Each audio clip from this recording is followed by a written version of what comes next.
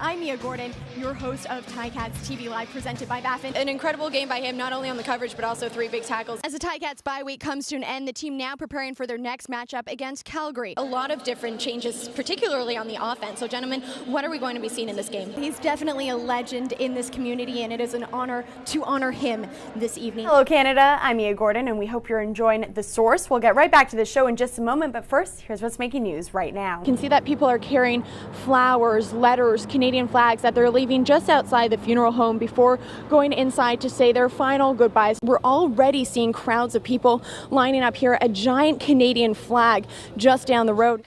The Saskatchewan Rush are undefeated at home so far this season, and according to players, a big part of that has been their amazing fan support. They have been loud and proud, selling out game after game.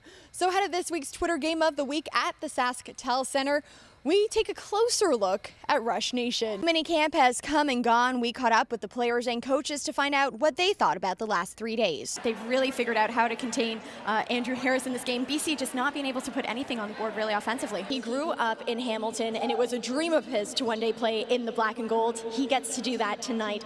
Brett Hickey has come a long way in the National Lacrosse League, from the practice roster to a 50-goal season.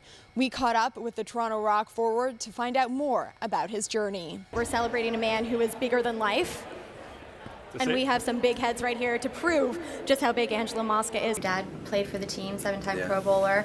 Was that a huge influence on why you decided to get into the sport? With his 4th punt return of the season against Calgary, Brandon Banks is now just 1 punt return away from tying the league record of 5. Every day at practice, this man has been bugging me to pick him as the protector of the game, and tonight I have to give it to him. Brian Hall is my nomination for protector of the game. Not only did he have a blocked field goal, which was a huge play, but also 3 tackles in that game and incredible coverage throughout the entire game. So the name on everyone's mind coming into this game, Jeff Matthews. What can we expect from the Ticats being led by this young rookie quarterback tonight? One team that has been having, well, a rough season, no pun intended, coming in here next Friday night, Saskatchewan Roughriders. With a lot of new defensive backs this year, coaches are looking at Craig Butler to take on a leadership role. Now that's a role that Butler says he's ready to embrace. The Eskimos here in town, last time these two teams faced off, 49-20 for the Ticats. Just a dominant performance on the road. Giuseppe Valiente joins us live now from Ottawa.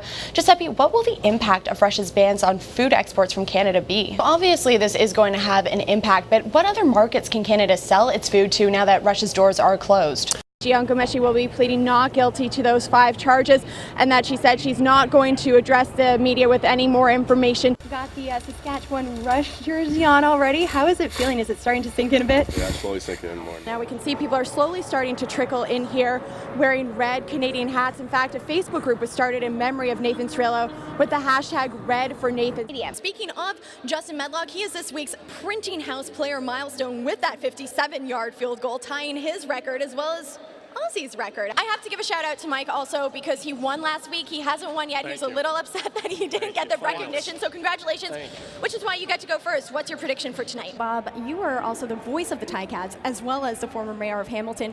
You told me that you met Mosca when you were 14 years old. Can you tell me what he meant to this community and to the city? Big things on both defense and offense. We saw the Norwood touchdown, Brandon Banks touchdown, but I want to talk about Underwood.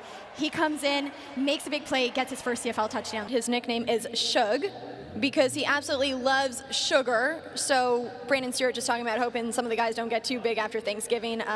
Maybe Michael Ford, stay away from all of the sugar. He is the loudest out of all the players on the sideline, whether it be practice, whether it be in the game, getting the players pumped up, getting the fans pumped up. He has shown his leadership so far this season. We saw it again in this game.